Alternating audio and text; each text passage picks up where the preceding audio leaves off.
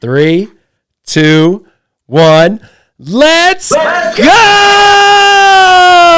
Yes! I am the host of the PBE podcast, Troy Tittlemeyer, and I'm joined by, wait a minute, Skippo's schedule did not link up with ours today as he's got a lot going on for a 25, 26-year-old man, and but we push forward per usual, and today has been an honor. It really has. I've known Mr. Hagan for several years and seen him at conventions all around, seen him in Midland, all that stuff, and known about Stratagraph for a long time.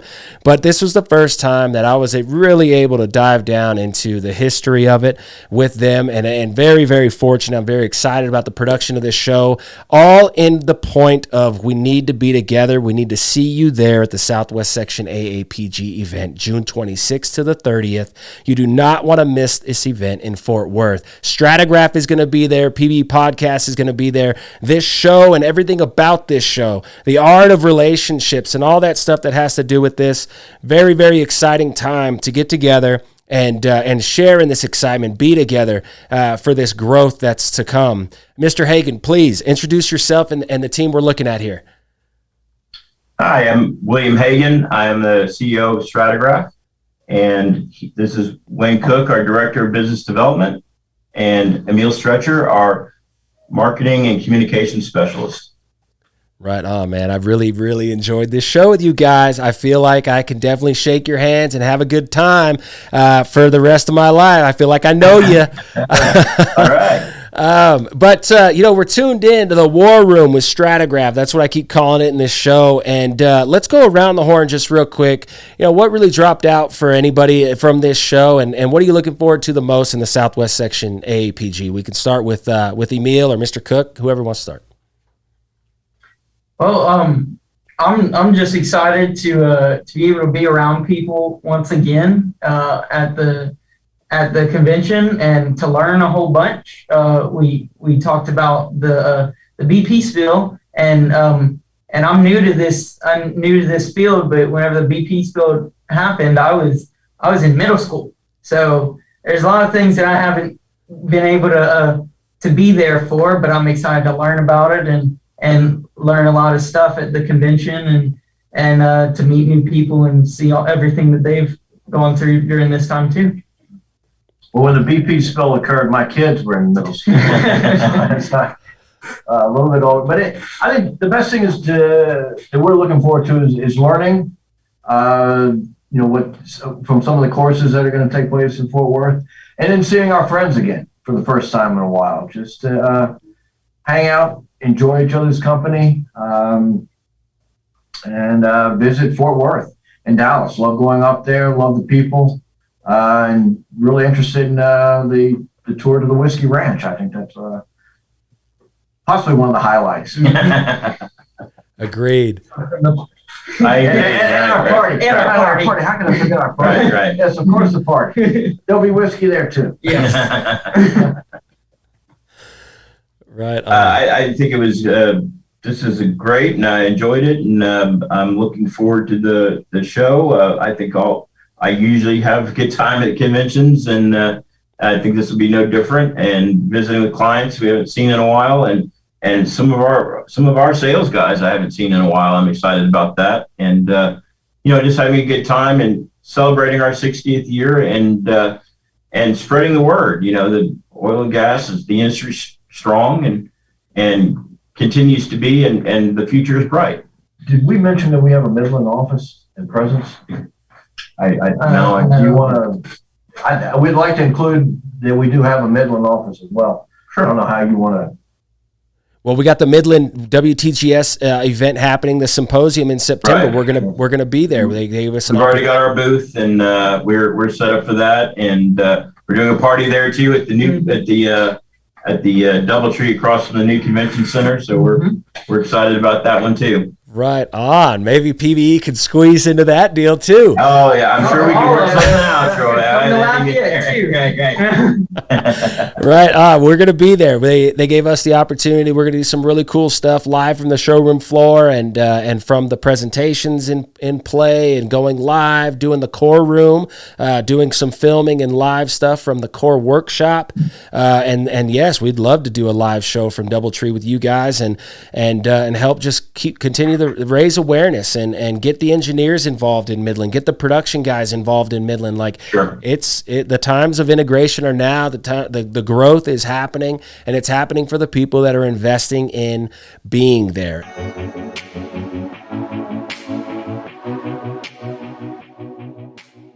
All right, then this is the official start of the conception segment of the PBE podcast with Stratagraph.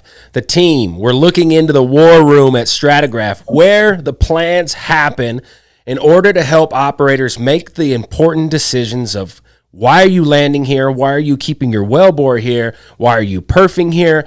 You guys will explain what you do a lot better than me. But I'd like to just go around the table, just quick introduction. I want to know your guys' background. Just give me a quick few minutes each, and then we'll dive into specifically the story behind President, Mr. William Hagan of Stratagraph. Well, I'm Emil Stretcher. I'm the marketing and strategic communication manager here. I handle different things from event planning and branding and just kind of keeping everything on a focus of how Stratagraph looks and feels and the same message across the board. Wow. Okay. So you're the guy behind the social the Monday night after party. Is that you? Is that your claim to fame? That's right. I think so. Yeah.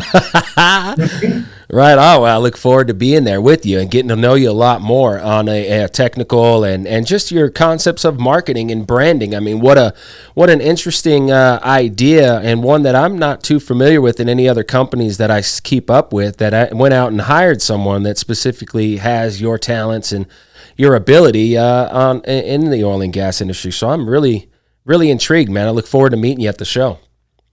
Same here. And I'm Wayne Cook, Director of Business Development for Stratagraph. I oversee the sales department.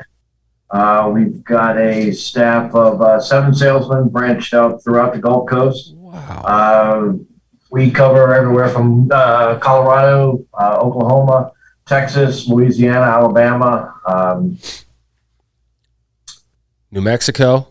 Yes. Oh, how can I forget New Mexico? Right. Certainly. That's a pretty large part of our activity. Wow. Wow. Very interesting. Wow. 7 sales team. They're all working remotely right now? Yes, they are. Yes. Wow. Which doesn't... and kind of the challenge of working in today's climate is not being able to visit with your clients face to face as much as you would traditionally do.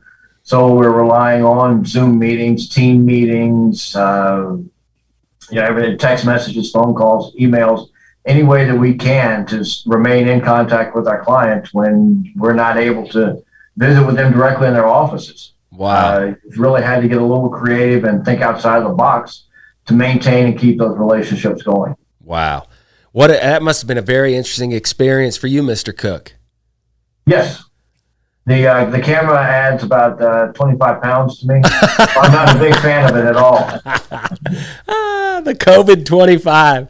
It really has. It's been my own little battle. Oh man, that's funny. I just am captivated by the thought of really what you're saying. In my opinion, there's kind of a new way to communicate and make sales in this day and age of moving forward. I mean, I would argue that some publicly trading companies have more strict rules than the CDC themselves. Yes, without a doubt. So, whoa, you wait a minute. You know, I can't get in there and sit down and catch up on a Monday like we've been doing for several years with these folks in this company, helping them make decisions. And now they have all kinds of internal stresses, and you guys are now managing the situation. How can you keep that relationship there, even through the digital transformation, if that's what we're going to call this thing, if it doesn't go back to the way it used to be, and now you have almost like on-demand sales, in my opinion. You have on-demand, your take, what are you looking for? Your website says, all right, you guys are getting ready to drill. Here's our way of doing things. And now they're clicking on links that pop up these videos of you having conversations with your sales team, or however you guys are actually managing that aspect of it. Or is there something like that on demand, or is it mostly like, hey, these guys want a meeting, everyone hands on deck. We're going into this meeting at 3:00. How are you guys handling that? One of the unique aspects to being a mud logging salesman is our relationships that we have with our clients. And I think it's a little more intimate than something as on demand. It's, we're constantly in communications, talking with the clients, finding out, what's going on, what are your plans for right now, and promoting the message that the health of Stratagraph is doing well, that we're moving forward, where other companies may be not in the same position that we're in. We want to always convey that message to the clients that, hey, we're up, we're running, we've got equipment in the field, we've got units, we've got loggers. We're looking to grow the company, not just tread water. So it's that responsibility of the salesperson, sales and marketing, to convey that message to our clients, to the geologists, to the petrophysicists. You know what? That's spot on. It's spot on. And it's spot on, and I know it's true because of what I'm looking at. I'm looking inside the war room at Stratagraph. I'm calling it that. I'm sorry, guys. I'm just going to call it that. That's what I'm calling it. And I see a whole backdrop, Stratagraph, 1961, huge TVs. I realize that I'm on one of those TVs on the wall. I can't really imagine what it really looks like, but that's how you guys have this set up. You have invested a part of your physical building to the digital transformation, to whatever you want to call this thing, a very, very efficient way to get in front of people, look them in the eyes through a camera. That's okay. It's still the same, folks. We're still doing the same thing. And oh, by the way, we're not just sitting around waiting for something to happen. There is work to be done. There's progression to be had. You guys clearly have invested seriously into this new way of communicating. And I just applaud that from what I can see already. Let's transition that into Mr. Hagen, President Hagen, sir. Your vision for this, your ability to actually stay in this development and not lose control of it. I'm sure there were $100,000 options to go digital and $10,000 options. What do we need? How did you manage that? How did it all begin, though? Let's go back to 1961. I'm so intrigued with this now that I've known a little bit more between, it's Emil is how you say your name? Yes, sir. Emil and Mr. Cook, getting some background there. Let's just start from the beginning, man. I'm really intrigued with your story. I've seen you around for years, as we know. Right. Well, our company, it's our 60th year, and our 60th actual day is July 1st. So that's coming up, the actual birthday, and we're having a big party here in Lafayette, and we're kind of taking it on the road to the different conventions. Like we'd mentioned, Emil has put together events for Fort Worth and Houston and Midland, and so we're kind of bringing the anniversary party to each place where our clients mainly are those cities, and trying to spread the message. We've been around for 60 years, and millions of feet logged and thousands of wells, and not only are we still here, we're expanding, and I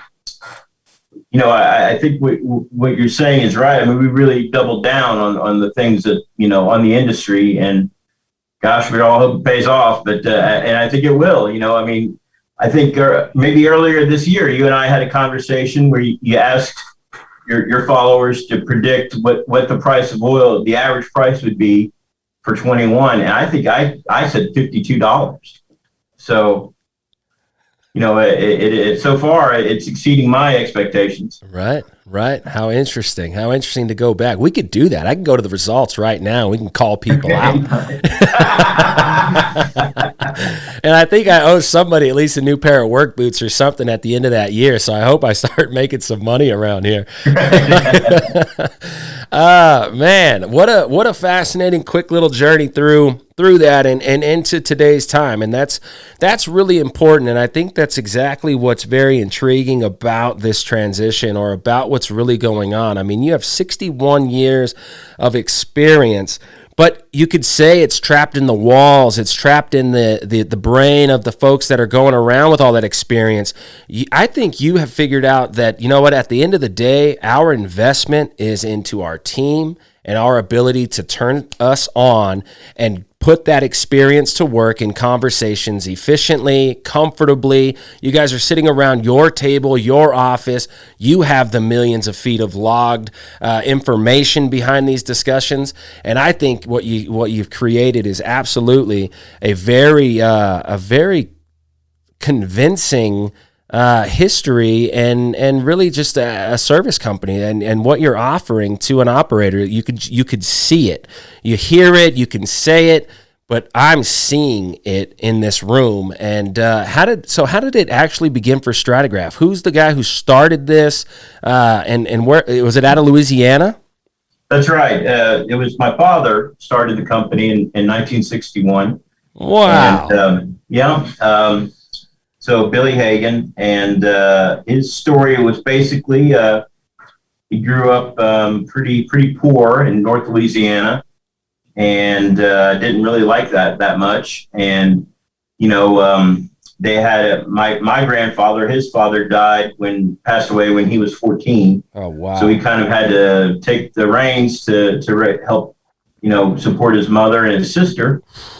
And but he was living in a small town in North Louisiana called Duboc, which is not far from Ruston. Okay. And I would say, I think I believe it was about 1953, they had a house, and they would rent out rooms to different people passing by, a boarding house, right? That wow.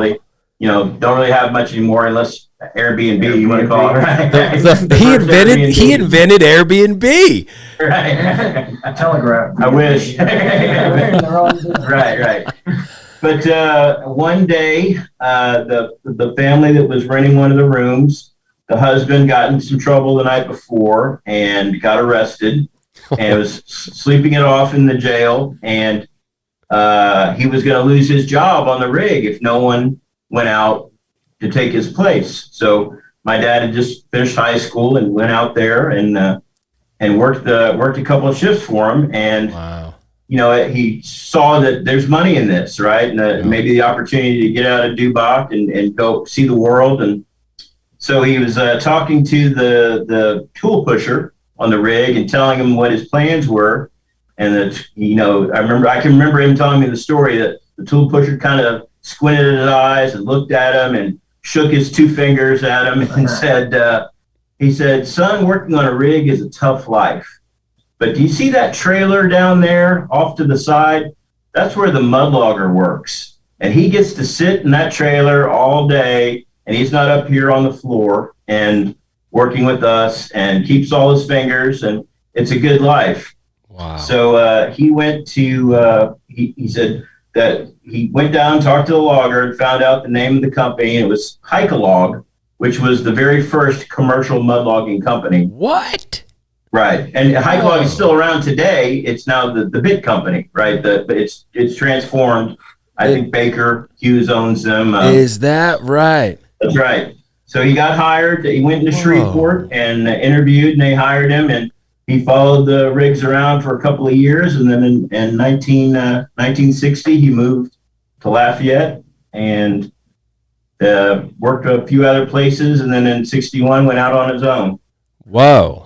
On his own as like a consulting kind of well site geologist, mud logger for any operating unit. He was a consultant, or did he raise money and start buying equipment and start the company? And That's right. he raised the money and built one mud logging unit and worked it himself, and did that for a while until he got 3 units, and now it made more sense for him to work and to sell and to run the business than to be a mud logger, and that's where it kind of all started. And obviously the 70s and very early 80s were kind of the high times for the oil field, especially in South Louisiana. And we at one point grew to 80 mud logging units and 300 employees. And Stratagraph had 80 units and 300 employees? That's right. In 1984, that's what we had. And in 1986, we had 5 employees. And right. When the bomb went off and the crash happened and it hit Lafayette, it hit everywhere hard. 500,000 people lost their jobs. And in 84, what were you doing? You were in college. You were starting to help in the company. 84, 85, 86. What were you up to? By 84, I was 9, so I was just living. I was a little kid, but it was obvious what was going on. That things had drastically changed, right? So that obviously it had an impact on our family, like it did everybody's family in South Louisiana. And wow. That's got to be weathered that storm, and we made it through. And then there's been 5 or 6 downturns since then, and just kind of kept going and have had to reinvent ourselves. Up until 2010, we were historically a 70% offshore company. I didn't know that.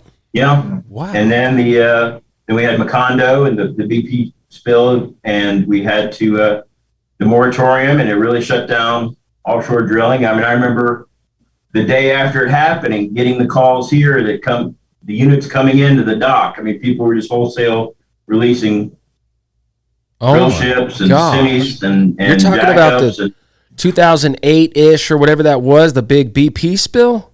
That's right. It was 2010, right?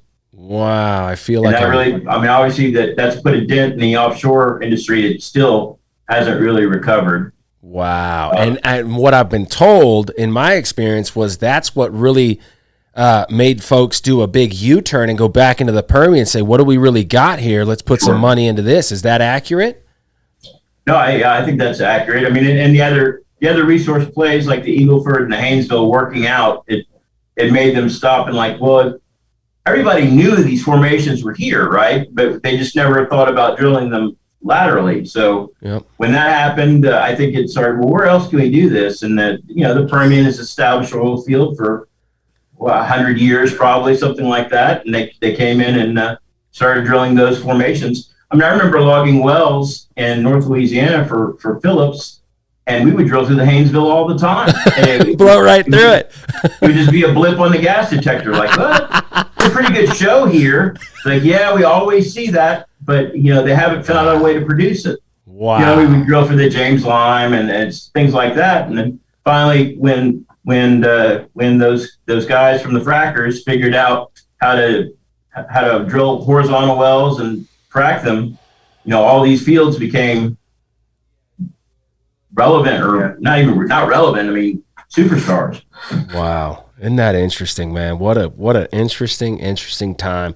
That was, in my opinion, kind of this paradigm shift without realizing that we're in a paradigm shift. The conventional model of understanding where the oil and gas is actually coming from and how to make it economic was totally in a fog. If I can just be honest with my perspective of it, not being in the industry at the time, but looking back on it now, when we realize that, wait a minute, go horizontal and frack in this reservoir that was a gas blip for us before is now a oil crude producer as we're fracking into it and producing it. The conventional model could have never made that prediction. That to me is a paradigm shift in our understanding of the physical world, in the rocks, in the geology. Where is this coming from and how is it actually coming? I think that was the time of a paradigm shift, and now we have managed it. In my opinion, a lot of engineering has pushed through in this idea of just fracking, and we'll get this return back. But we got to respect the fact that there could be a total paradigm shift in the origin of where this oil and gas is actually coming from. And that's exciting, man. You know, that's where we reside. That's where we're always thinking. We're always trying to write papers and trying to keep up with what's really going on here and why is it extremely economic in this place versus that place. I am fascinated with the whole story at this point. I knew Stratagraph and the history, obviously. You guys would come in and we talked. And the only reason, remember, going with Geolog on our program was that they had the ability at the time to do what was recycled gas. And that was very captivating to me and to the company. Like, you know what? As you're going horizontal, there's a kind of a delta going on here. What's actually coming from the mud and what's actually coming from reservoir? And I was captivated by that. And long story short, that's the way we went. We had XRF, XRD. I mean, the value of cuttings, the value of a mud logger, the value of what you guys provide to the industry today, I think is grossly underappreciated, first of all. And second of all, one of the most important things in the new way of getting through this time and becoming a lot more economic. You guys have captured it. And I'm fascinated with that. Your experience and your value is so important. Well, I don't think anybody in here is going to argue with you. I think that's those I was are going to offer you a job. those are great points. And you know, as an industry, at times we could be hard to adapt to change. I mean, if you've read the Frackers, you know, you read it and you're like, George Mitchell, what took them so long? And wow. You know, for 10 years they were telling these people they were crazy, you know, and finally they've got the right chocolate and peanut butter mixture, and you know, there's an EOG and there's a, you know, Chesapeake, right, Chesapeake, and all those guys that took off because they finally figured out it was both. You know, they were trying to make one work or the other, but they finally broke through. And I see things like that too. I mean, we think that you know, the future for us looking forward is things like mass spec and XRF. I mean, real scientific, objective, quantitative measurements. You know, I mean, a great mud logger is a great mud logger, but you know, you're relying on his eyeballs, and that's important. But boy, you know, the accountants really like to see real hard numbers and what this is. There's no guesswork. This is what it is. I mean, we've done the mineralogical and elemental analysis, and you know, that's the next step. And I think that what you said earlier was important, that there were $10,000 options and $100,000 options. What's the way to make a digital transformation?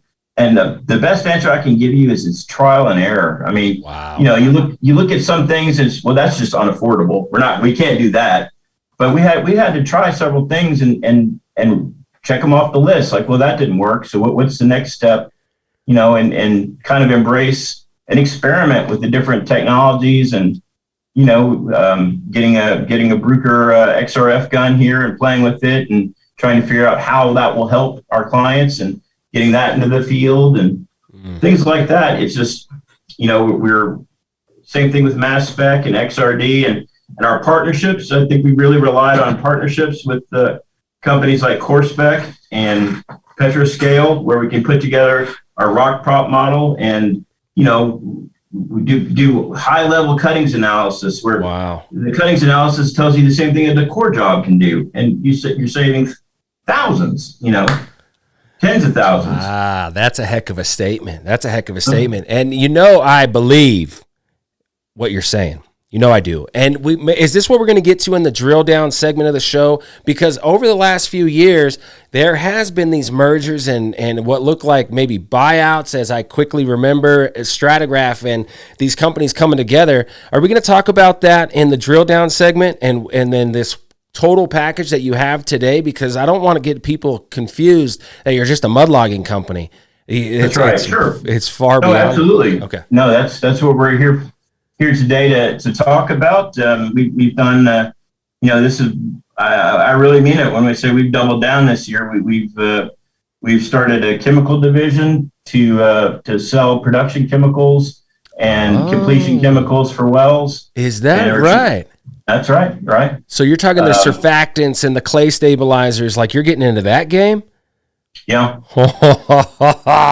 Who's your chemist? Who's the mad scientist walking around in flip-flops and a white coat? Where is he?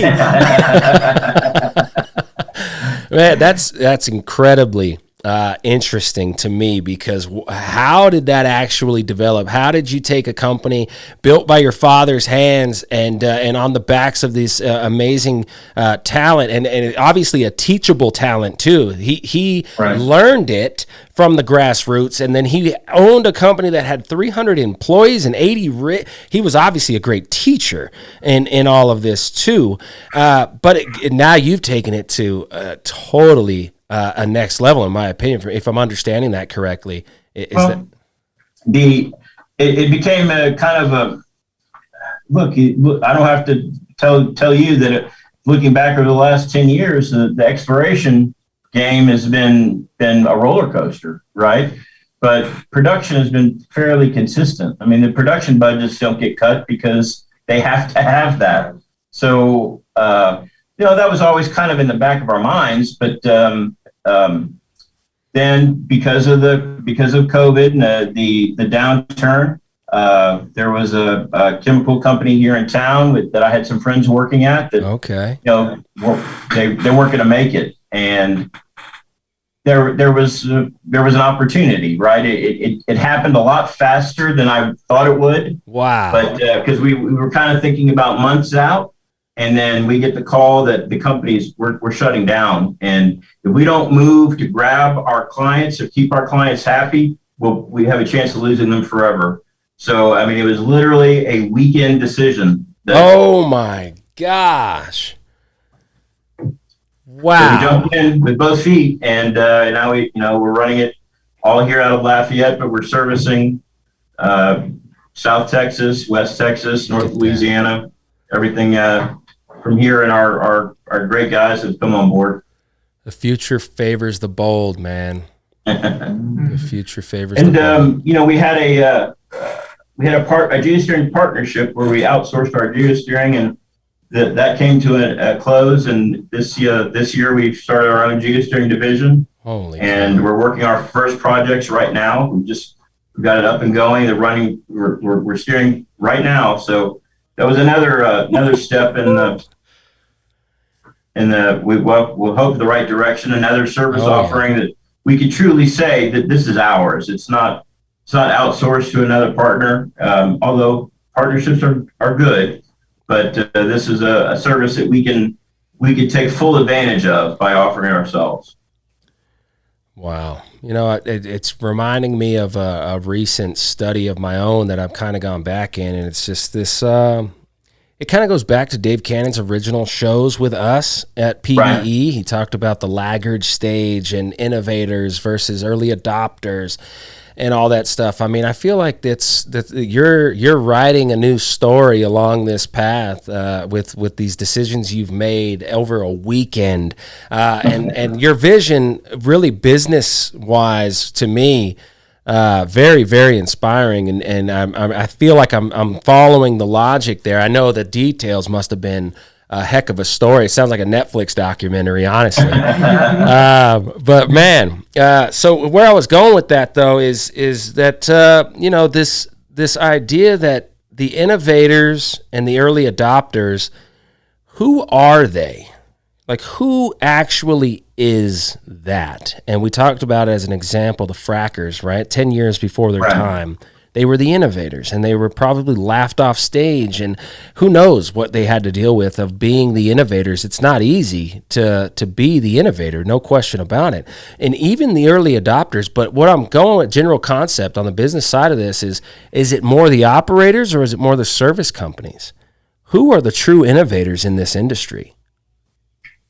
Well, I think it's probably both, right? I mean, it's. I'd argue it's you. I'd argue it's you, and I'd argue that the people closely related to you on the operating side are the early adopters. They're going, oh well, we got to spend the money, let's see what happens, and then they see it, and then now I think operators are more the early adopters. I think it's the service companies who are going to actually rise the tides.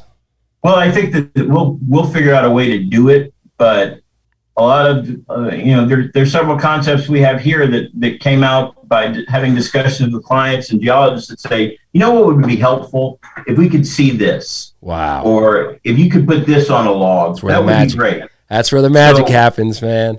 Right. So I agree with you, but I mean, it takes both sides, right? And, sure. We have a partner in Mexico, the mud logging company in Mexico, that their innovation is driven by Pemex, because Pemex says, wow, this is what we want you to focus on. So their innovation is really incredible, but it's focused, it's driven by the client. Yeah. And that's not totally untrue here, but we like to put concepts together and show them, like, what do you think about this? What if we ran FID gas detection with a mass spec? What do you think? Man, you guys are like ninjas. Some people bite off on it and some people don't. And sure. And honestly, it's usually the smaller companies that are willing to take the chance better, because the reward can be bigger for them. Right. I mean, that's right. They're incentivized to try things that might help them, because you don't have to move the needle as much to make a big impact to them. Wow, that's really, really interesting, and I think absolutely accurate. Yeah, you can't really change much on a bigger company. You know what? Overall, our economics are moving forward well enough. Yeah, we're interested and we'd like to see it, but it's the little operators, it's the smaller guys that go, man, we got this weekend decision. Are we going to do this gas analysis plus XRF, XRD, or whatever the case is, to see if we can perf in the better rock and try to understand where the high production's actually coming from and keep that brine and gas behind. That's it, man. That was great. I thought it was a great discussion. As we leave the conception part of the show and go into the drill down, I'd like to ask, is Grandpa Hagen still alive?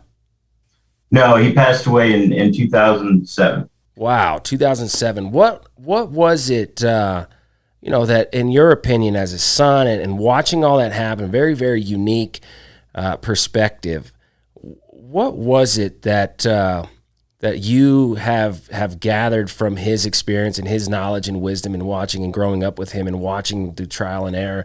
What did you grab the most, and what do you feel like your reflection of your dad today? Well, I feel like he was a risk taker, right? I think that,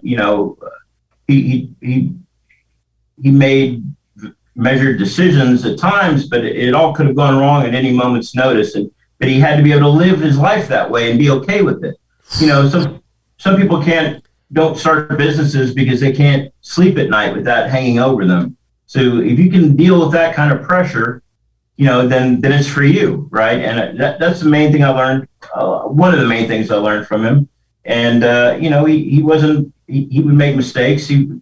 Everybody does, but he said, I can't beat myself up over it because I sent a mud logging unit to Indonesia that we never got back. I can't live in that world forever. Wow. So, but if it would have worked, it would have been amazing. Right. It's hard to argue with things like that, right? Somebody tells me that, hey, I took the risk.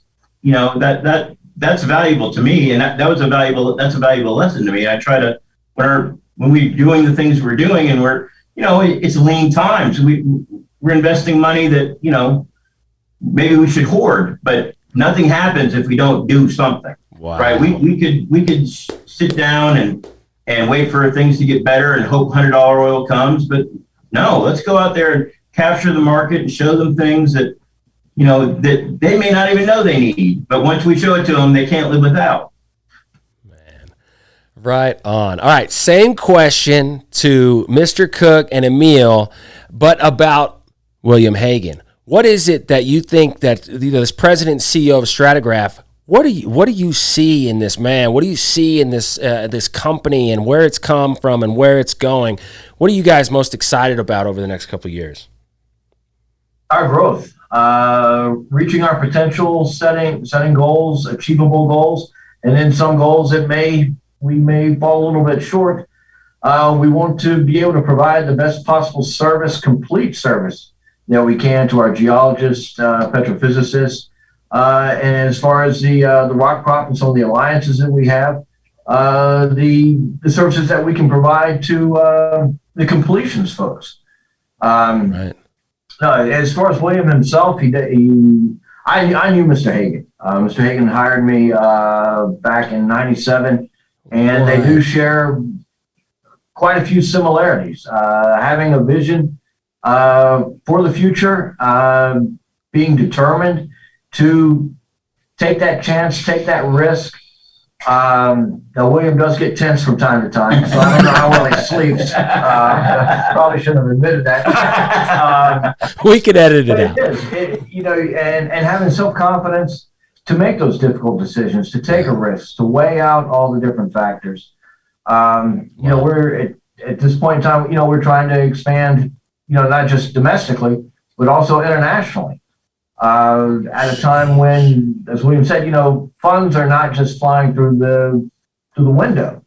So taking a calculated risk, having confidence in yourself and your own ability, and then trying to share that confidence with team members.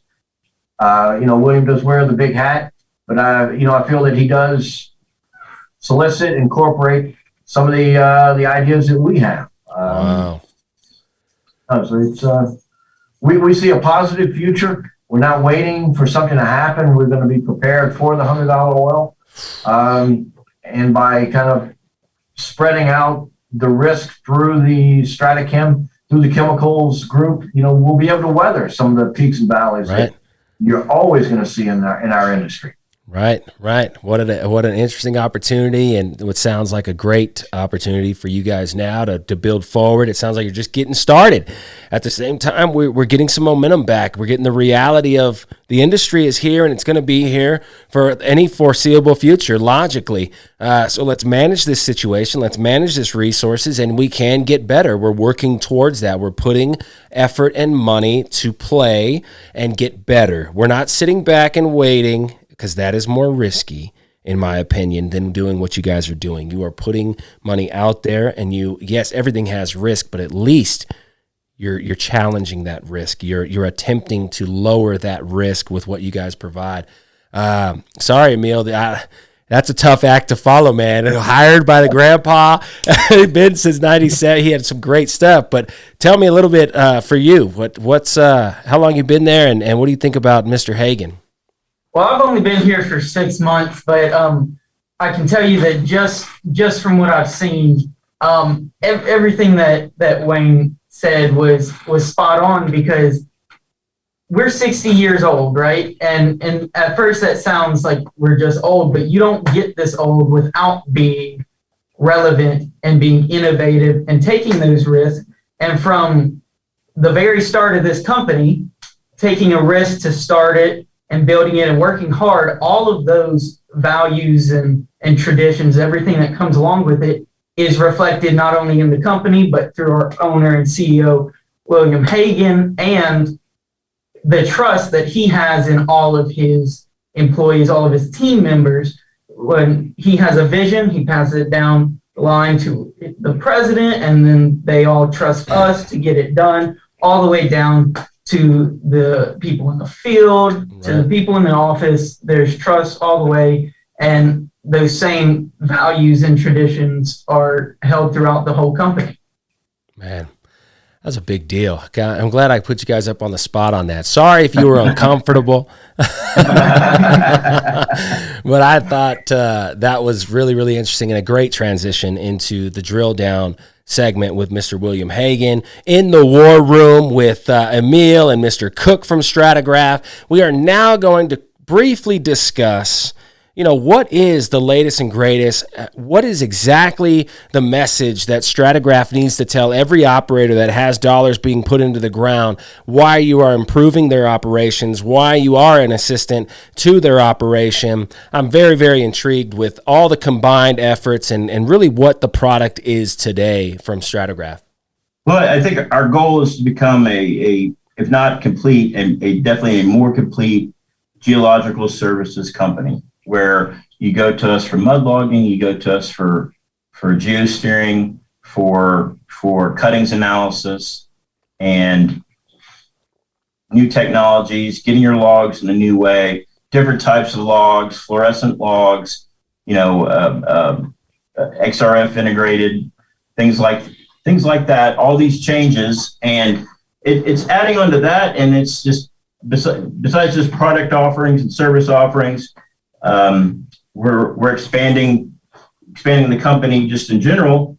And I probably as good a time as any to tell you about the announcement we're making for the first time publicly about our acquisition of technical drilling services out of Oklahoma City, Oklahoma, which is a 19-unit mud logging company that we will be taking on and working with the previous owner, David Record, who will stay on in Oklahoma City and help us with the transition and open up a whole new market for us with resources and equipment available in Oklahoma. Right. Oh, and that's probably our president, Ashby Pettigrew, asked me this yesterday, and I really couldn't think of anything. I've known this company my entire life. He said, "Is this the biggest kind of acquisition we've ever done?" And I think yes. I couldn't think of anything bigger in the last 60 years. That we've expanded in other ways, but nothing like this. So we're excited about that. We think that the Scoop, Stack, and Anadarko basins, Arkoma will come back as prices increase, and we want to be able to take advantage of that. And as I learned a tough lesson in the Permian, it's better to be local. You have to have operations. You have to have people with their experience. You have to sell the locals on things like that. Of course. Or otherwise they'll tell you just go back to Louisiana. I'll get a car for that. Right. So that was, and we had that barrier to entry to Oklahoma. I mean, it's not like it's a million miles from here, but it's far enough that they were, no, there's 6 companies down the road. Why am I going to pay you to haul your stuff up here and go to work? So right. Want to take advantage of that. And TDS has been around since 1977. They have a good reputation, and they're ready to be a part of a bigger company. Interesting. So is it going to go from TDS to Stratagraph on all the units and all the business moving forward? Are you guys operating 2 names? How does that work? Well, we're going to keep the TDS name for a while, just so people and their current clients and don't think that TDS has gone away. Yeah. We'll probably evolve it over time, but we're in no rush to do that. Just with our we're just going to add to their already solid service with our technical support and accounting systems and marketing programs, and really try to make it grow. But there'll certainly always be a lot of TDS in there. Cool. Wow. Congratulations, everybody, on that pickup. That sounds like a very big deal. Actually, I know it is, because this is the Cracks of the World map, and you have a crack of the world that goes through Louisiana, in between Oklahoma, the Ouachita, Rajani, all that stuff that happened right there. That's a crack of the world. That's a big geologic feature. You guys are hopping over it. You guys are not only hopping over it, but you're providing value in a totally different geologic context in the Anadarko Basin than what's happening in Louisiana. And I think what that's providing personally in your company is this incredible amount of knowledge between what everyone is seeing across all these geologic provinces, if you want to call them that are very different. The reservoirs react differently. It's not the same in all areas. It's very, very important that the details are captured, and the experience of the people that are actually seeing that is something that you have captured. The Stratagraph has captured the experience, knowledge, and wisdom of the drill bit, of what actually is happening as the drill bit is cutting new rock for the first time, and call it a 90-million-year-old reservoir, right? That's the first time we've released the pressure and releasing fluids. You guys are capturing that response. You're on the front lines of these drill bits, and now you have all this information. It sounds like an incredible amount of data and information coming from very different ways of thinking, completion fluids, chemicals, the fluids coming out of reservoir, the rock, XRF, XRD, rock eval paralysis. Right. I want to drill a well with Stratagraph just to work with you guys. Deal. Deal. Well, I might be able to drill a quick vertical well, but it won't be very deep, but I will have some fun. Wow. Okay. So, TDS announcement. That's really, really cool. Tell me a little bit more about the previous mergers and teaming up or partnerships that Stratagraph has done while we've been transitioning since 2018, 2019, if you really want, to 2016, 17. I mean, it's been an interesting 5 to 7 years in the industry. How's that going? Well, our best current partnership is with the group we call the Cuttings Alliance, which is us and Corspec and Michael Santiago's group in Houston, Texas, and Petroscale, which is Alan Howard's company in Houston. Oh, cool. And so if we start from the very beginning, it's the cuttings, right, which we're responsible for gathering and collecting and transporting to Michael to do his lab magic and run his testing and XRF, XRD, MICP, POC, all those things. Samples are grabbed, immediately shipped out to the lab with the stable equipment in lab, controlled environment, scan these rocks, figure out what's going on here. That's right. Okay. And then from there, that data gets transmitted to or transferred to Petroscale, and the guys like Dave Hume and Wes Ingram put it into the rock prop model. That we have a pretty exciting case study that because we had access to all the data, and the difference between the cuttings analysis and the core job that was run was almost mirrored each other. That's right. Right on. Are you guys at a fraction of the cost? Sure. Right. No, the economics understanding of that, but just the details of that, showing that data. Are you guys writing a paper? You guys publish that? You guys present that? We did write a paper and presented it at GeoGulf 2020. Okay. That was held here in Lafayette. That's the Gulf Coast Association of Geological Societies show. Okay. And so it was here in Lafayette, and it was a great show. Probably, I think maybe the only live oil and gas show in the country that year. Wow. We did it here at Petroleum Club in Lafayette, and we had a great turnout. I mean, even back then, people were wanting to get out and do things. And, wow. And that's where we presented the paper and our findings and what we're pitching from there on. Cool. You guys giving a presentation? No, I didn't see you on the Fort Worth Geological Society's technical sessions. Are you guys presenting a poster, or will you have printouts of this paper at the booth? Yes. Maybe? Yes. Right on. Very cool. Okay, so that's really exciting. And how you walk me through that, how it actually happens from cuttings to analysis to modeling. And then you said there's Alan Howard in this mix too. That's right. Yes. Is he the part of the go ahead. He does the geophysical modeling and the completion and frac design, if that's where you're adding on to. Okay. Right on. And how much of the studies at this point in the mudlock, combining all this effort, how much are you guys focusing on the fluid, the actual in situ reservoir fluid that's coming back while you're collecting cuttings and all that? Is there an analysis or a capturing of the brine and the oil, the actual fluid coming out of the reservoir? Does that go into all this modeling as well? I'm not sure how much geochemical analysis of that is going on. We're more concerned with things like porosity and pore spacing and throat size and things like that. Sure. That's kind of the model right now. I see the value in what you're suggesting. That could be the fourth component if we can add on if we find another partner to put into the Cuttings Alliance. And the goal was to establish that cuttings data is important, and you're drilling the well, the cuttings are free, right? So there's no need to send a coring company out there and cut cores and bring them into the lab and slab. So we wanted to do a more cost efficient value add to our clients. And I think we've accomplished that with that study. With the rock prop. Yeah.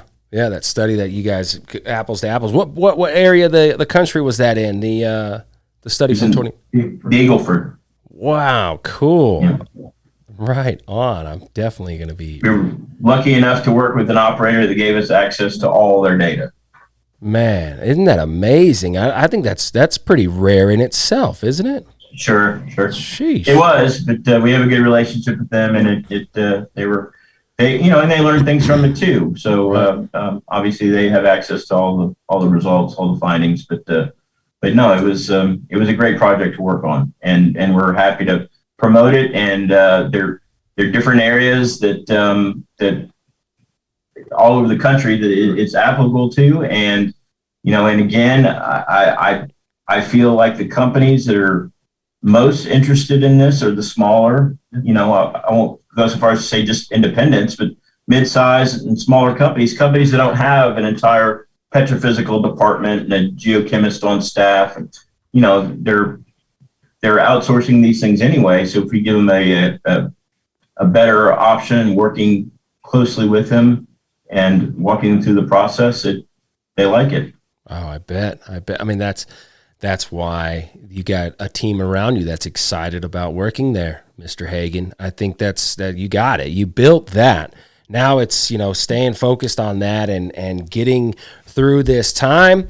And then I honestly feel like within 3 to 5 years, the industry is going to be really, really fun to be a part of, because maybe you're going to get bids on all kinds of jobs because maybe there's enough exploration budget again that they're getting multiple analyses and they're getting even paying for repeat studies. Sure. I believe that. I think there's so much value that's trapped in between one service company, the other, and another operator, truly integrating the best in the business to move forward, I think is in our near future. I'm certainly looking forward to it, as I picked up this little oil and gas asset as an operator in the state of Texas. And it's been fascinating to study the subsurface and actually being there and seeing, where is this oil actually coming from? How is this actually working? Very, very fascinating, and I think it has a ton of potential. And so, I think we're just at the tip of the iceberg too, right? We're just figuring out. It became clear to me that we were so data driven for so long, and there's nothing wrong with that. But now we're drowning the customers in data, right? There's so much of it that they don't even have time to look at what we're.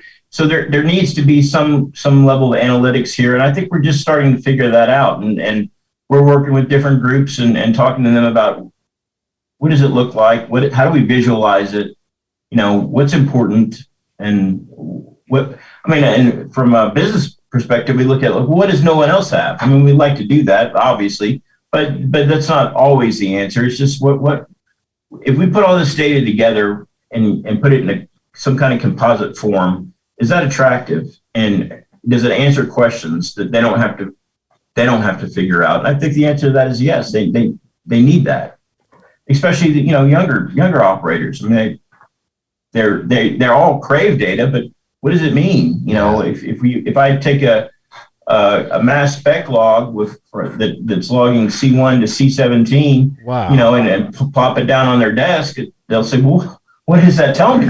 They need some analysis and interpretation from that. And we're working with some great people to help us with the interpretation. So, well, this is valuable here, and this is valuable. This is less, this is more, a total evaluation. Yep.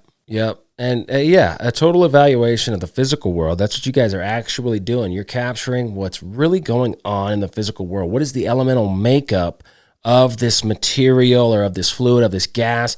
What is actually happening here? And then you've taken it a step further, obviously, with the modeling and tying it into geomechanics and geophysics, like you talked about.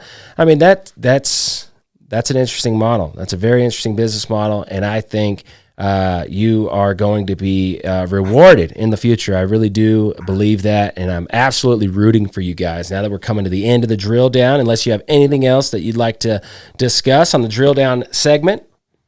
Well, I just real quick, as you asked about partnerships, we have a great new partnership working right now with Diego Ortiz and from Intelligent Reservoir, and he is helping us work different mass spec data and software to interpret it and analyze it and automate a lot of it, and that we can incorporate into our systems already. Cool. And he is also, we're also sending 2 units for him to help us operate in Colombia. So that's how we're looking at some of our international expansion. I mentioned briefly we had a partnership with the mud logging company in Mexico, where we help them from a sales and marketing perspective and oversight. You know, if we'll have a bilingual mud logger that will help them communicate with their clients overseas, and we're just kind of expanding. Those are all partnerships based that we sought out and said, hey, do we think we can help each other out? And the answer so far has been yes, and we're pretty excited about that. I mean, it takes time to put partnerships like that together, but I think it's paying off already. Yep. Wow. Very, very interesting. I mean, just to be in the fly on the wall while those relationships are being built and they're being trusted, and you're building these relationships over time, and this partnership that you mentioned takes time. That's really it. I mean, it's the relationship, the trust, and that takes effort and time, and you guys are doing that. You're paving a road forward, and you, like I said, I'm excited for you guys' future. No question about it. I think when it clicks, right? I mean, 3 months ago, Diego was a stranger. Now he's living here and working with us every day, and flying off to Colombia and then home to Oklahoma and all over the place, and working with different analyzers and like, hey, what do you think about this? So, check out this device, and like, well, that's great, but I don't know, or no, we need this. I mean, he's been really he's an innovator, a technical innovator, and it's been great. Wow. Right on. You said a key component to this whole thing, we need this. And that's why I think Stratagraph and all that stuff, I reiterate the confidence that I have. We need this. The industry needs what you are providing. And I'm fighting here with you, and I'm excited to see you guys and catch up at the Southwest Section AAPG. Yes. Right. We're excited about that too. We're having one of our anniversary parties. So we're ready to get on the road and leave Lafayette for a little while and go hang out. And then the whiskey tour, we're excited about that. Whiskey. So, yeah. Right. Oh, is that a Texas whiskey distillery, that part? Or the tour, it's part of the convention, right? It's the social event? Whiskey Ranch. Whiskey Ranch, it's part of the social event? Yeah, on Tuesday. Tuesday night. Yep, that's where we're going to be set up. PBE Live. We're going to be coming from there. Nice. Yeah, Nice. Recording a show and help telling the story and catching up with people in attendance. Man, it'd be great to have a little mini podcast and catch up even on the stage and get some even more content and follow up. I'll even have that paper read. Maybe talk more about that. Well, You're welcome to come set up at our party too if you'd like. Yeah. Is that right? We'll be in town anyway, Monday night, right? Monday night.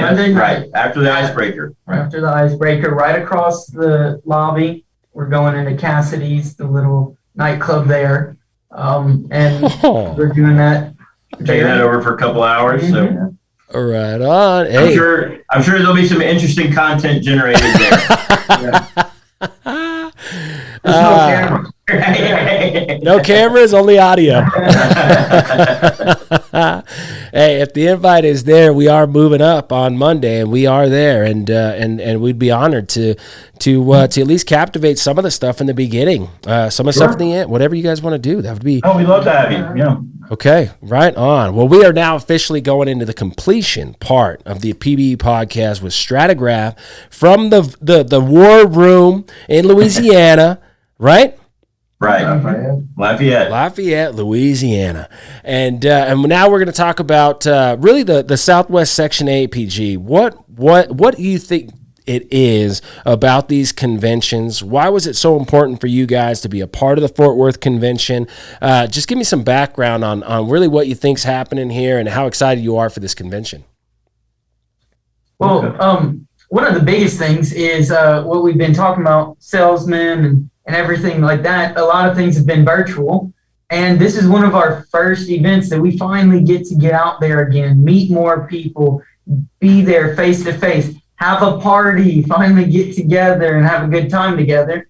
And that's the first part that we think is so great. And then just, more opportunity to meet people. Sure. We have a lot of great clients in the DFW area, and we're excited to see them. And it's been a while since we've seen some of them. And conferences are always great. I mean, especially, the AAPG sections. I mean, we're going to the one in Tulsa as well, the MidCon section in October? Yes. Right.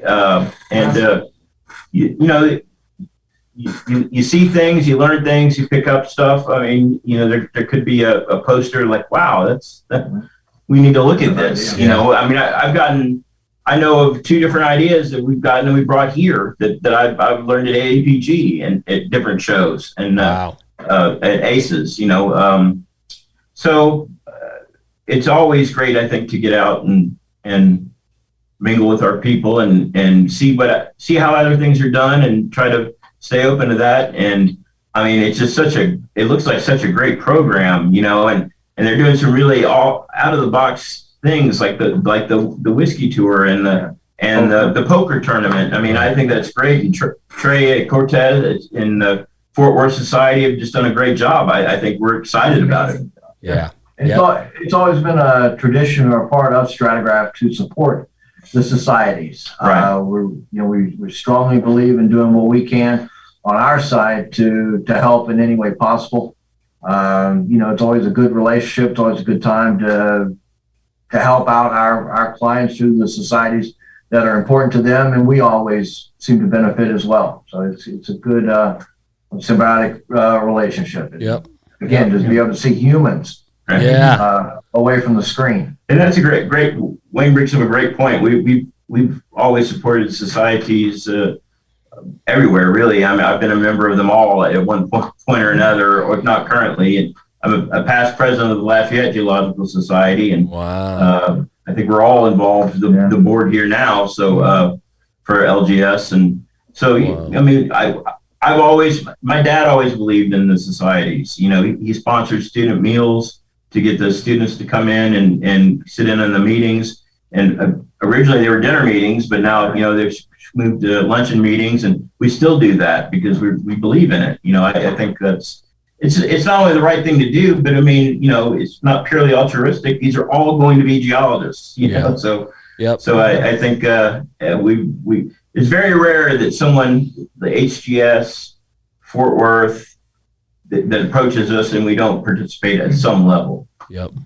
Well, Fort Worth is caught my attention because of the fact that they made the observation that teachers in the local area are so unfamiliar about geologic concepts that they're uncomfortable about teaching them to the kids. Wow. I couldn't believe that. Rocks in Your Head program. So they're bringing that in. They're bringing teachers, the students, but certainly the teachers.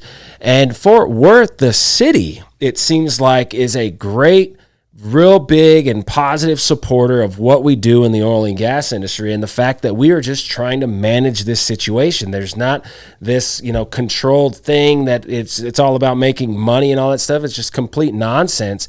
If you actually invest and invest your time and attention into really understanding what's going on in this industry, it is such a vital time for us to communicate much better and more effectively at what we do with the hydrocarbon exploitation, what it contributes to. There's so much that's just unknown that the teachers don't have to know about plate tectonic theory and accretion and subcretion and how rocks are made. Like, yes, it is very, very challenging concepts. We're applying the fundamentals of physics, chemistry, biology, all of it to the natural world. That is pretty effing complex. It's just it's the bottom line. And instead of, we got to fight for that. people have become so unfamiliar with it that they're like, oh, good. We don't really have to touch about earth science. Leave that to the 5th grade teacher. Let's just focus on whatever. There's a big mistake happening there. Fort Worth is investing in it. I'm trying to get hooked in with the mayor of Fort Worth for this live show so I can talk to him and get behind his ears. And, how is this actually happening across the city? Where's this support coming from? How are you guys managing that? That's such a big deal. It's such a big deal. It's such an important time in our industry. And that's why we're there. That's why we are absolutely going to this show and making us a part of it that's Trey Cortez set up, and we're super fortunate to even have the opportunity. But I think it's really, really important, and I'm just going and supporting with exactly what you said and what your father saw in the societies. It's allowing academia, industry, and somebody else's idea in, right? It's not just all our progression is coming from what operators are discovering or academics are talking about. There's an in-between. And there's people with really, really creative ideas that just don't really have a platform to go out and talk about them and show the data and make those hypotheses. Those societies allow that to happen. So it's... Oh, absolutely. Yeah. It's really cool. I got a marketing strategy question for Emil. You ready for this one? Oh, sure thing. A recent comment about the Doug conference from a bird that was tweeting to me, but being there, they said it was like 30-1 sales folks to operators.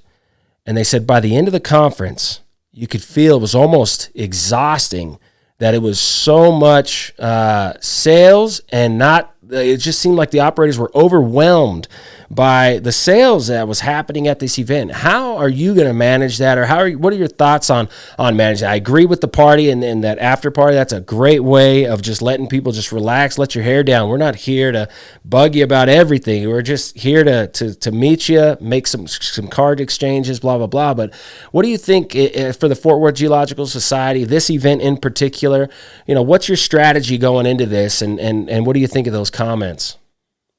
Well, our goal is mainly just to celebrate 60 years of operations with everyone that's been part of it, past, present, and future. So just like you said, going in there, having a time to enjoy it with everyone. It's more of a celebration. Sure, there's opportunity to meet people and make sales, but our main goal is to celebrate with everyone that's been part of this industry and Stratagraph throughout these past 60 years. Interesting. Do you have any words of advice for the folks that feel like they're going to build Rome in a day, and that night it's like I got to talk to every single person, and just flood do you have any advice for that? Because I think it is causing a rift, and if that is true, and operators are like, I don't want to go back to that one, man. I was like in shark-infested waters. If they're reporting that back to their companies, and that's a real concern, we got to do a better job at making sure that's, there's a professional kind of ethical way of doing this. Do you have any words of encouragement or some advice on how folks can act more like Stratagraph? I would, you never want to pester right your client. You never want them to feel uncomfortable.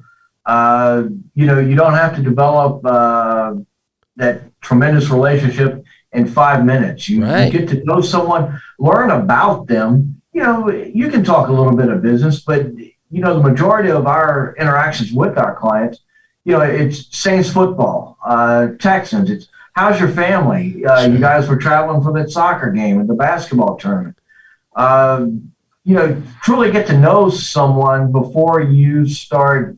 And I wouldn't even suggest jumping on them constantly. Give me business, give me business, give me business. Right. Learn about them, respect them, be disciplined, don't get too excited. Have a good time, laugh. We haven't seen each other in a year and a half. Wow. There's a lot of stuff to catch up on, not just give me work, give me work. Yeah.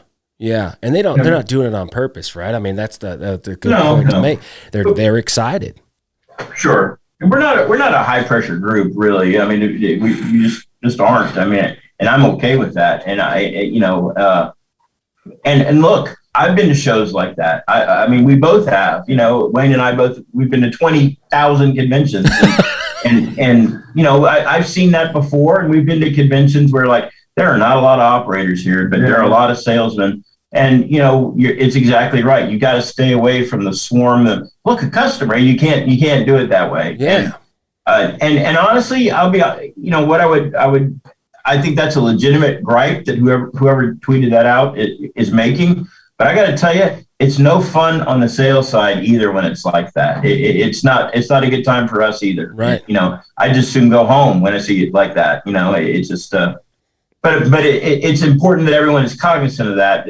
This geologist isn't here to get harassed by 50 people. I mean, they're trying to learn stuff too, and maybe have a good time. And if everyone would keep that in mind, I think everybody has a good time. Yep. I completely agree with how you sum that up. I think, it's we all understand the value that each other brings from an operator service or just academia, right? There's this integration happening, and just respect that and let that integration happen, be a part of it. And there is no pushing this forward. We're not in that time. This time, I believe we're in a time of building.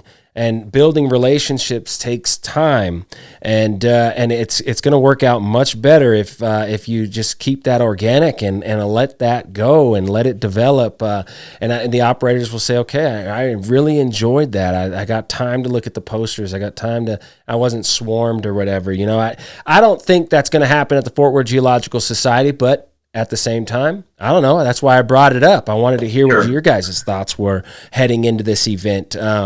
We're going to be there. It sounds like we're going to do 2 live shows now. All right. Right on. So as we wrap up the completion part of the show, let's and we talk about how we're excited about, we're just kind of on the tip of the iceberg here. We feel like we're just scratching the surface literally and really aligning visions across companies and across disciplines and seeing this integration happen, seeing the growth happen, seeing the reality that the industry is going to be here. It should be healthy and it should be stable for a long time, but it doesn't take away the fact that I would argue we have had a lot of laggard people in the industry, a lot of laggard type movement forward, and we've been very comfortable that, there's nothing that can challenge hydrocarbon energy, renewables. I'm not worried about that technology. I'm going to keep doing what I'm doing. I'm not worried about innovating. I think that has been true in some part of our history as a whole, as an industry, and now that's to the side. I really do believe investors in Wall Street and around the world see this as viable economic returns. I think we have the right people being pushed forward, the right companies integrating with others to make even more value. How are you guys seeing the next 3 to 5 years? Are we going to be breaking records? Are we going to be stable? How do you think the industry is going to do at a per well economic basis? Are we getting better? Is it going to be drastic, steady? What are your guys' thoughts on that? Well, I would say that, although we probably would be happy with more activity, I do feel more confident about the slow uptick to it. It makes it feel more real to me. It makes me feel like when we pass the milestones like $60 and $70, we're not plummeting back next week, So I feel like it's a slow build, but that's great. I mean, I think that's, it's been a turbulent time. I mean, I'm not just talking about COVID, but just in the oil and gas business in the last 5 years. It's been you've had the rise of PE money, you've had the rise of debt finance drilling, and then the collapse of all those things. So, it's okay to slowly figure these things out. I also think you're right that it is time to look into different ways. I mean, they're hydrogen and helium exploration. Yeah. That's going to be something, right? I mean, yes, it is.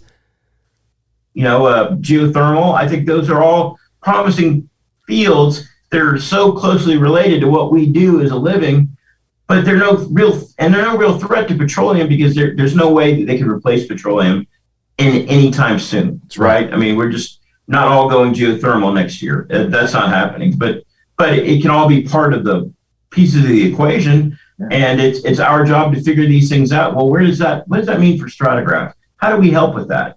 How do we tie into this? Is it building a better helium detector? Is it right? Yeah. Is it any of those things. What's required from us to do that? Wow.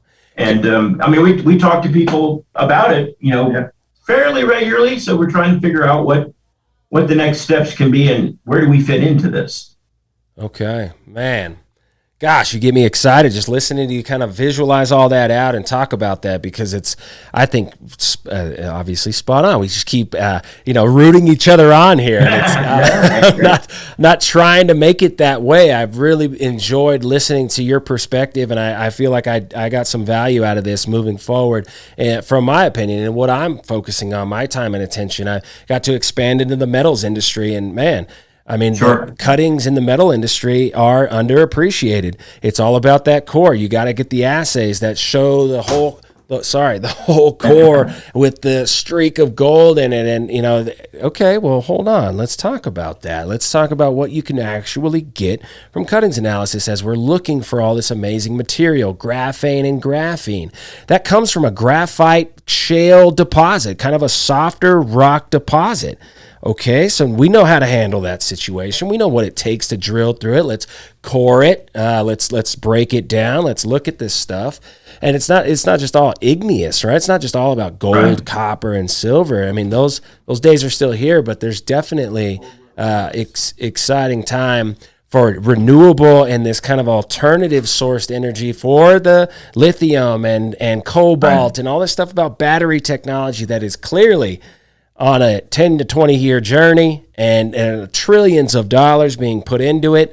Sure. That's fine. What you want to argue about it all day long, if it's going to work or not, doesn't matter. The business is moving forward. How can we help de-risk this business and help, provide value as much as possible? That's our responsibility.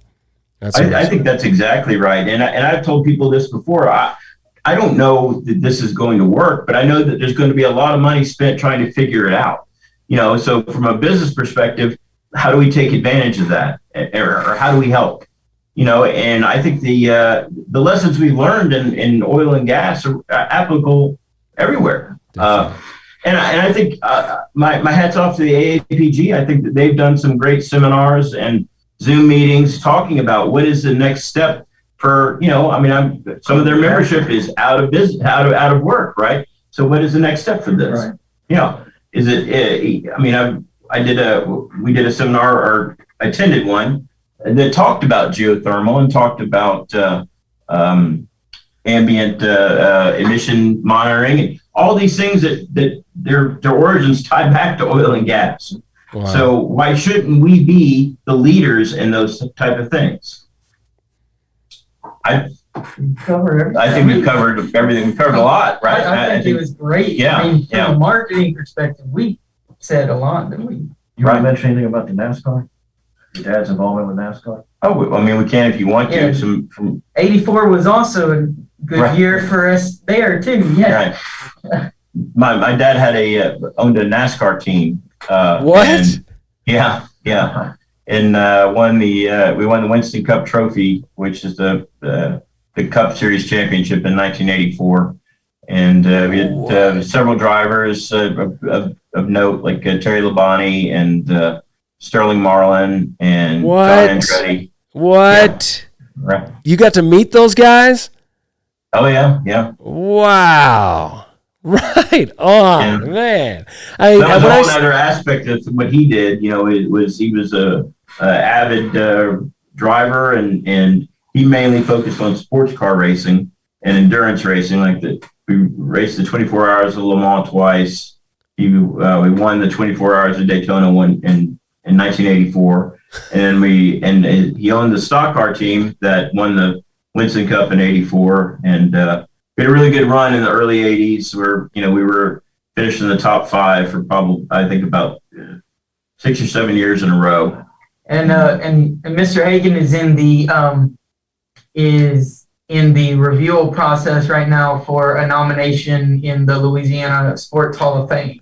Wow. So he's getting run through the process to be nominated for it. Oh man, that is cool. You're gonna have videos of him out at the tracks and him talking and stuff like that. If he gets the award, I'm assuming all the pictures and videos of him are gonna have to be dug up. And there's not too many